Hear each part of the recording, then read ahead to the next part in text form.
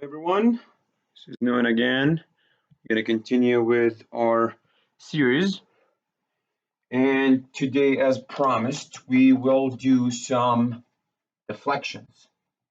Now, one thing that I want to, say, I want to put it in the horizon that we won't be able to make good quality videos because of what's going on right now, and you guys are aware that this coronavirus is just something else. But anyways, so we are going to talk about deflections for beams. So much fun.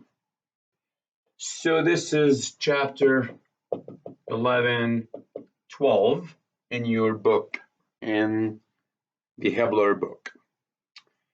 So you probably ask yourself why we need to care about deflection. So that's a good question, right? Well, excuse me. If you are designing a beam, you need to care about flexure design. You need to care about shear design, and you need to care about deflection or serviceability. So those are strength design. Everyone can see what I'm writing. And again, I'm so sorry for this, probably in, not great quality videos, but hopefully after this clear out, we will be able to post better quality videos. But again, I need your comments regarding, quality, those stuff like that. So we discussed those together in class, chapter 6, chapter 7, and today we are going to talk about deflection. Again, as you guys know, or probably some of you don't know, that I'm gonna discretize my videos to two pieces. One would be more, unless like it's not that long, one would be like more theories, and the other one would be on practical examples. Well, let's get started. So if you have a beam, looks like this, for example, and let's say you have just the self weight of the beam. Let's say this is a reinforced concrete beam, not beams. That is one beam, right? So beam. And you have just the self weight, which typically we called it omega naught. Well, omega naught is the self weight of the beam. So if you go to AISC, ACI, AASHTO, or any other manual, and in the future I will discuss steel, I will discuss concrete and bridges as well. So any manual you see this case to be the maximum deflection 5 omega naught L to the fourth over 384 EI. So in this video, I'm not going to talk about the parameters because I'm lecturing for someone who knows what is E, what is I. But in the future, I will tell you how to get E and I. E is typically constant for steel 29,000 KSI. And if you know for concrete is like a giant equation 33,000 omega C 1.5 K1 F prime C, something like that. That's actually, but the ACI is just I think 57,000 square root F prime C. But that's fine. So let's see how we're gonna get. Let me tell you something. That the deflection that I'm talking about is that deflection. Obviously, I exaggerated so much. but that's the deflection. So let's get into the real game and see how to get deflection, because this is really interesting topic. It's actually one of my favorite topics.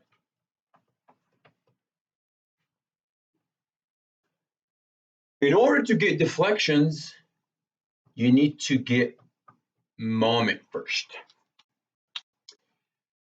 What is the relationship between moment and deflection? There is a relationship, says the second derivative of deflection, in which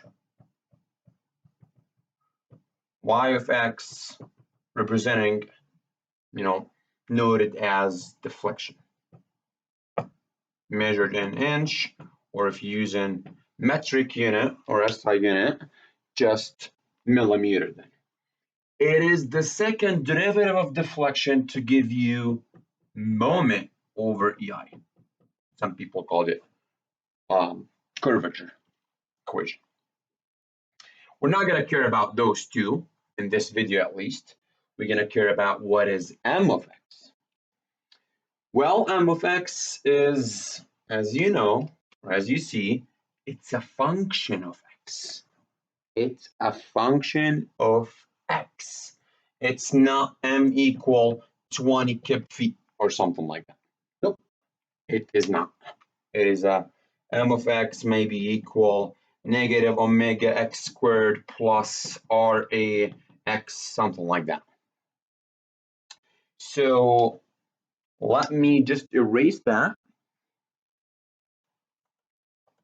And obviously, if you have any questions, please put a comment. I would highly recommend you to like and subscribe to the channel where you could get, updated videos without telling you, well, I have posted a video.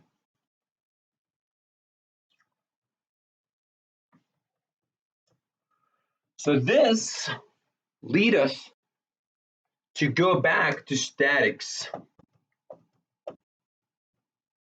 to chapter, what is it?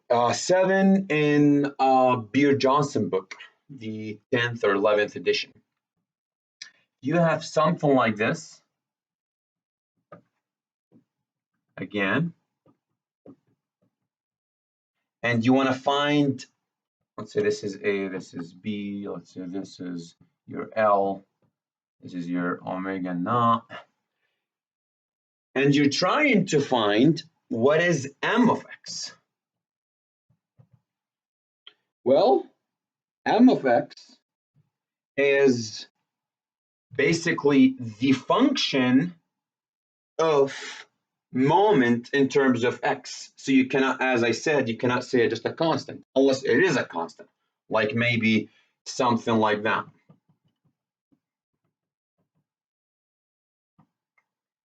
Maybe, but that's not really our topic. Still, you have some reaction here, so it's not really constant. If I get a section like this, let me erase this, don't want to confuse you. Simply, let's elucidate this topic based on this example, and we will definitely do more examples, hopefully, in the future. So by just inspection, that would be omega naught L over 2, and that would be omega naught L over 2. Because the total force under this traction, we called it, or solution manual, I'm sorry, the Ashton manual called it intensity load, is omega naught times L, symmetric, half here, half there, good to go, right? So if you cut a section like that, so you're going to have, here's your section. Just draw a free body diagram of that. And this is your omega, and this is just your x. So doing a cross-Hardy method, here's your v, here's your moment. So I've got to sum the moment at the section, let's call it xx,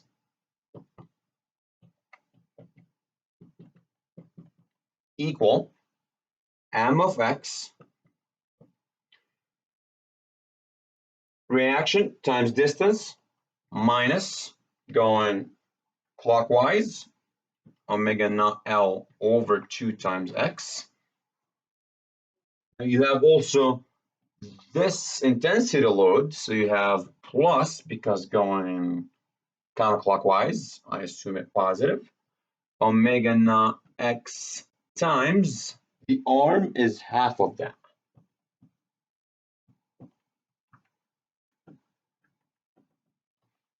Right? So that gives you what is the moment. So your moment, if you solve that, m of x equal omega naught L over 2x minus omega naught x squared over 2. That is your moment. And that's why when you graph it, it would look like something like this, right? Or in reality, or in action in theory, it would look like this, because that is a negative constant, which would, a less than 0 math perspective, so that is concave and down function. So I guess that should do it for this video, just introduction of deflection. Again, I'm recapping that.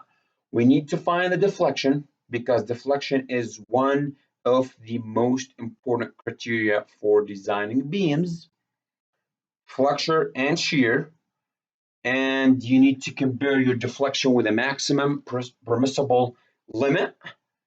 I'll talk about that. It's not really important for your class, but that's the real life, saying, well, I've got deflection of 0.2 inch, my max is 1 inch, I'm good, right? That's how philosophy is. I know probably you can't see the board well, but it's hard for me to give a full picture with good quality. Still, I can't go anywhere and I want to buy something. Hopefully we will help you to see the board better and more lights and, basically better quality. And then we talked about how to find a deflection, coming up with moment. And later on, we're gonna integrate this equation twice to get a deflection. Obviously, this is a ordinary differential equation. And so we could call this separable. So we could integrate both sides twice, indicating two initial condition or initial curve, or IVP, initial value problems, that could solve the deflection, and then we could plug values along, the beam to find out what is deflection at your, interest points or 10th point, whatever you want to call it. I hope that helped you understand the deflection, why we need a deflection. Please put a comment. I would solve this problem in my next video, hopefully, in this coming 2 days or so. If you have any questions, please let me know. My email address. I am going to put my email address here for those who don't know me well. So you could probably contact me and get some help. I could try as much as possible to help you. I really want to help everyone. So this is my email address. It's NABboy, EAL. The last name is KHTIB. I'm going to give you the personal one at yahoo.com.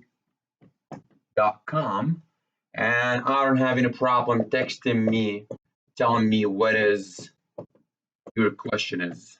So here's my phone number, 720-238-3026. And here's my email address, NABEL.KHATIB as boy, yahoo.com. If you have any questions, please let me know. I know it's not the best quality, but we could survive with that. Again, we will talk about more examples in the next video. That would be part 2. I am signing out. We'll see you soon. Bye-bye, guys.